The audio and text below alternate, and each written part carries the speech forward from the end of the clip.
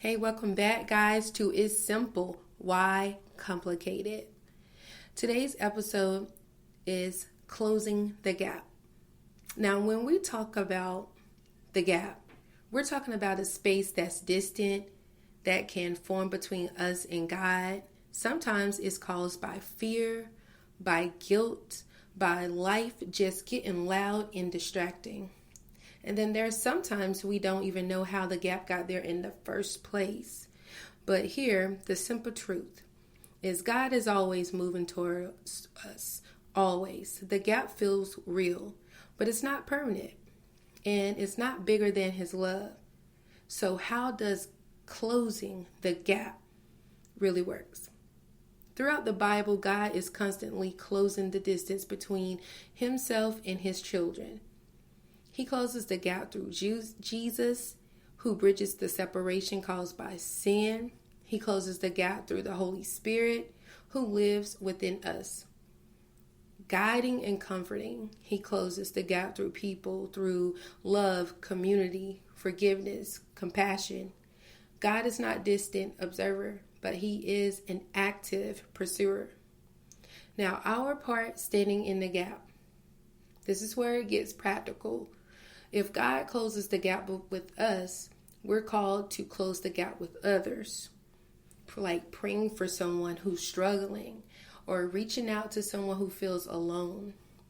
Offering forgiveness when it's easier to hold a grudge. Being a voice of peace in the world of noise. Or showing love where there's still hurt. In Ezekiel, God says He looks for someone who would stand in the gap. That's us, right? And that's our calling. Now, closing the gap within ourselves, sometimes the biggest gap isn't between God and us. It's really inside of us. Because we wrestle with our flesh and blood spiritually. But the gap between who we are and who we want to be, between our potential and our patterns in life, between wounds and our healings. God works there too. He closes the gap inside of us by restoring our identity, breaking those annoying cycles that we go back and repeat because it makes us feel comfortable, and then reminding us who we really are, which is His children. We're loved, we're chosen, and we seen, and we are the vessels to carry out the glory for Him. Now, my final thought. So today, ask yourself, where is the gap in my life? And what is God inviting me to do about it? Remember, it's simple. God draws us near, but we can also respond.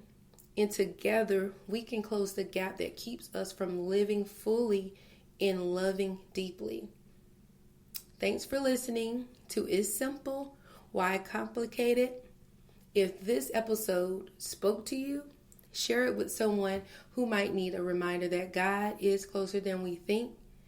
Until next time, let's keep it simple, keep it honest, and keep walking with grace. Until next time, peace.